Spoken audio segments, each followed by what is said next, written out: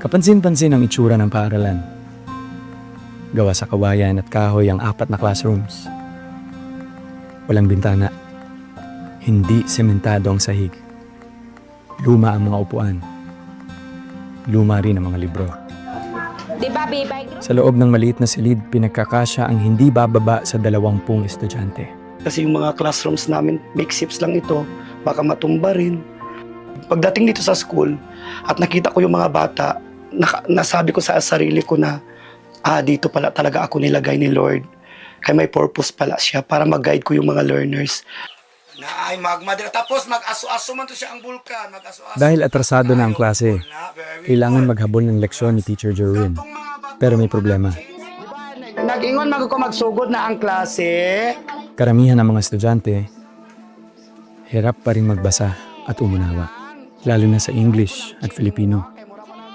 Katunayan, ayon sa inilabas na datos ng EDCOM 2, kabilang ang Tinungkaan Elementary School sa may pinakamaraming low emerging o struggling readers sa buong bansa.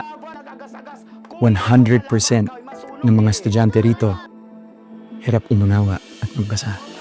Siguro kung nagiging top 1 kami sa struggling readers, matatanggap ko rin po siguro, ma'am, kasi talagang hirap din talaga yung mga bata sa tinungkaan eh. Kahit pangalan, hirap pa talaga sila magsulat eh. Ano naman yung subject na pinaka nahihirapan ka? English po. English. Bakit mahirap? Kay English kaayo di ko kasabot. Hurricanes are firm. Melted rock, cold magma is deep. Which that's earth, wind, magma comes up. Naintindihan mo? Wala po. Hindi mo siya naintindihan. Ganito rin ang sitwasyon ng 9 na taong gulang at grade 2 student na si Jobert Rollo Jr. Kapansin-pansin ang mga gamit niya sa eskwela. Nakalagay lang sa plastic. Nasira na raw kasi ang bag na dati niyang ginagamit. Sabi ko, kakayanin ko to. Magmakaya ko. Sasabihan ko lang yung sarili ko. Kakayanin ko na to. Up, play, holds, is,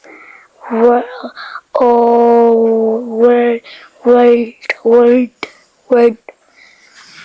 Naintindihan mo ba?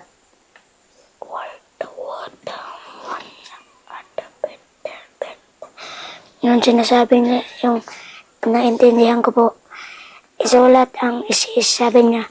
Sabi ko po, isulat lang ang isang bahagi. Ang sabi dito, yung apple daw meron siyang sariling hugis. Pero kahit hirap, porsigido siyang matuto. Mas kakayanin ko pa to, basta lumipas ang libo-libong taon. Kinsa na to ni ato sa park? Si Ana o si Ben. Very good. Pangarap daw kasi niya makapagtapos para matulungan ang pamilya. Yung ama ko nagsakripisyo para lang mabuhay kami.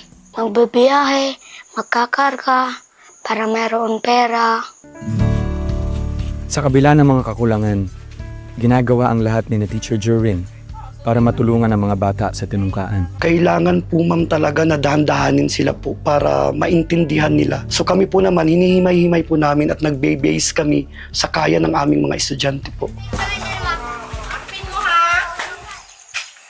Pagka-uwi ni Rian G mula sa paaralan,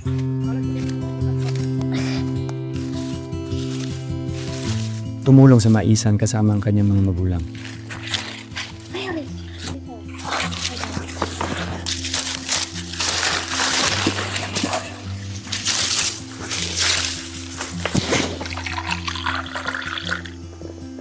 Maawa ko kasi dito mahirap yung buhay. Tapos sinasabihan pa kaming pobre. Ipinasuot Pinasuot sa pangarap ko sa pamilya ko dapat wala na kami po sa pobre para po hindi na kami maglilisod. May munting pangarap din si Jobert para sa kanyang paaralan. Lalo ka pa itong papagandahin tapos yung pabuldos ko to tapos bilhin ko yung lupa nila. Mahamoblock ko to. Bakit mo gusto pagandahin? Dito ako naglaki. Dito rin ako natalino.